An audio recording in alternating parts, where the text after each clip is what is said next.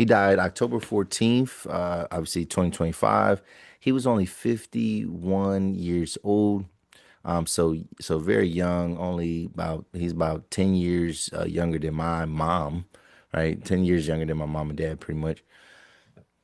And yeah, man, his birthday was February 11th, man. So definitely a pioneer of the game. If I had to think of my top three, I'd say my top three D'Angelo songs are Brown Sugar, Lady, and then Doesn't Even Matter, which was a feature, but it was a duet with him and Lauren Hill. There are a couple other songs. I'm not gonna sit here and make up all this and say that I was like a humongous fan of D'Angelo. I mean, I definitely like How Does It Feel as well, Untitled. Um, but D'Angelo though, man, he is considered like not the he wasn't the sole creator of neo soul, but his debut song and album, his debut album Brown Sugar, is considered the first neo soul album out there. You know what I'm saying? And then when we talk about neo soul and kind of like the creation of it, um, neo soul was kind of like a movement that had to do with just a lot of instrumentation, and it was just a kind of a new way of kind of making music. But yes, instrumentation is a big part of neo soul. So, I mean, because Brown Sugar is that first album that's kind of like is it launched that movement. The term was first coined by D'Angelo's manager. His name was Keter Massenburg, and basically neo soul is a style blend of R&B. There's a little bit of hip hop in there. There's some jazz, and other styles of music, and Pitchfork, right? Like the magazine, they kind of labeled him as the groundbreaking R&B artist who helped define the neo soul movement across decades. The Washington Post described D'Angelo as the godfather of neo soul. D'Angelo distanced himself from the term, saying in 2014, "I never claimed I do neo soul when I first came out. I used to always say I do black music. I make black music, right?" So that's the one thing about D'Angelo. D'Angelo is very pro-black and always thinking about us in the creation of his music. Brown Sugar though is like it's a timeless classic, man. Like that the album, but also the songs on there. And so from Brown Sugar and that album, it took about 5 years for him to drop his second album, which was Voodoo. And Voodoo actually that's what won him Grammys. He is a four-time Grammy winner. He has four Grammy wins for best R&B album for Voodoo. He won Best Male Performance for Untitled or How Does It Feel? And then in 2016, which was obviously a lot more recently, he dropped an album called Black Messiah. I did not hear that album because I don't think I was really in that kind of mode of music in 2016. But he won Best R&B Album and then Best R&B Song with the song called Really Love. So that was when he dropped Black Messiah. That was after a 14-year absence from music. So one of the things they say about D'Angelo is the fact that when How Does It Feel came out, that was a iconic video, right? Like one of the most iconic videos ever. I remember I feel like they did a making the they might have even did a making the video of that music video. But it's the video where he appears to be naked as he's singing, and then it looks like he's doing a lot of sexual things, and like it was kind of wild at the time. Like it was a video that like as a young boy it kind of made you uncomfortable a little bit because you're like, yo, bro, are they about to show this guy? Like, because they kept painting down on him and stuff like that. But like um it was definitely provocative, and that was the song and video that kind of made him into a sex symbol for the ladies and for just in the R&B scene.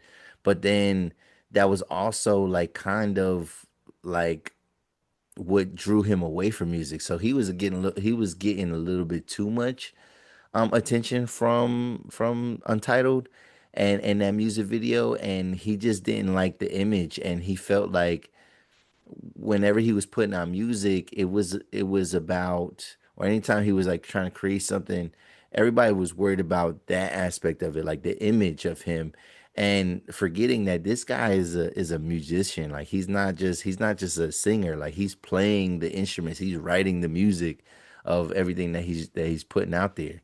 So that, yeah, that kind of put him into hiding, and then he obviously suffered with some substance abuse over the years, and kind of just really really not liking the spotlight. And then he did drop Black Messiah, but he died of like he had a secret battle. They said secret battle of pancreatic cancer, so it wasn't something that he was like kind of publicizing. Now online there, we know that he was with Angie Stone for a little bit. Online, that's all I'm hearing about online is about their relationship, and now people are like looking at, even though she's passed away, people are looking at their relationship, and it's like almost like, I don't know if it matters that much, you know what I mean, because it's posthumous, you know what I mean, like both of these people are passed away. So like we can't really get any answers. We can't hold anybody accountable. It was a different time, and I know people like to use, they look at that type of stuff and they say like, that makes you like kind of complicit when you look at, when you try to look at time periods, and like, because that's how certain people that are like perpetrators, they like to kind of play on that. But it's kind of true though. Like it's a different time, but also it wasn't a situation, as far as like the stories told, it was a situation where he was the one who initiated the relationship, but he was also legal. Like he met Angie Stone when he was like 19, or he started a relationship with her when he was 19. But like he, you could look at it as like people, because we use like different words nowadays. Their relationship wasn't, not, it was unconventional, but it wasn't necessarily inappropriate, in terms of, when we talk about consent and all that. So I'm not here to talk about that type of stuff, but I did definitely wanted to shout out to D'Angelo for being such a pioneer of the neo soul movement. But when you think about neo soul, you think about artists like Erykah Badu, you think about Jill Scott, you think about Music Soul Child, Bilal, maybe even a little bit of Maxwell, in there, Eric Benet, like there's a lot of artists, that came from our time, that that were a part of that movement. But definitely a pioneer, and he's somebody that we're gonna start seeing. Like I think, watch, people gonna start sampling his stuff crazy. I'm seeing a lot of people like kind of give him flowers for his contributions, of people of all walks of life, and it's good to see.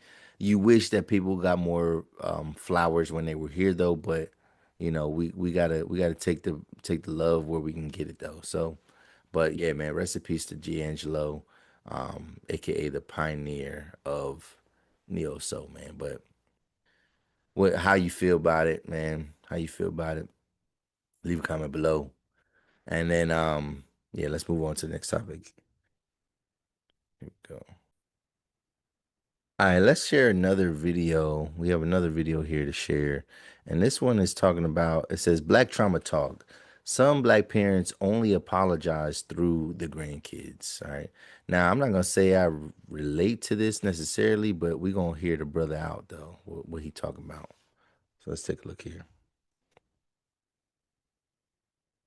See what he's getting at. Black parents only apologize through their grandkids.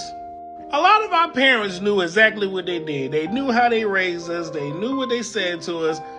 They know all of this. It's not like they can't remember or they forgot. They know. It's just that they don't have the chest hairs or balls to admit what they did was wrong. So instead of apologizing to you, what they start doing is showing up for your kids. And I'm explaining what I mean. You'll see that they got patience, they know how to listen, they know how to laugh, they know how to be gentle. All the things you wish they would have did for you as a child, all of a sudden they know how to do for the grandkids. And it's not on a jealous tip, it's just like, where was all of this when I was a child? Because the person that you are now is not the person that raised me. And the worst part about that whole situation is that they think that being a good parent erases the fact that they were a bad parent.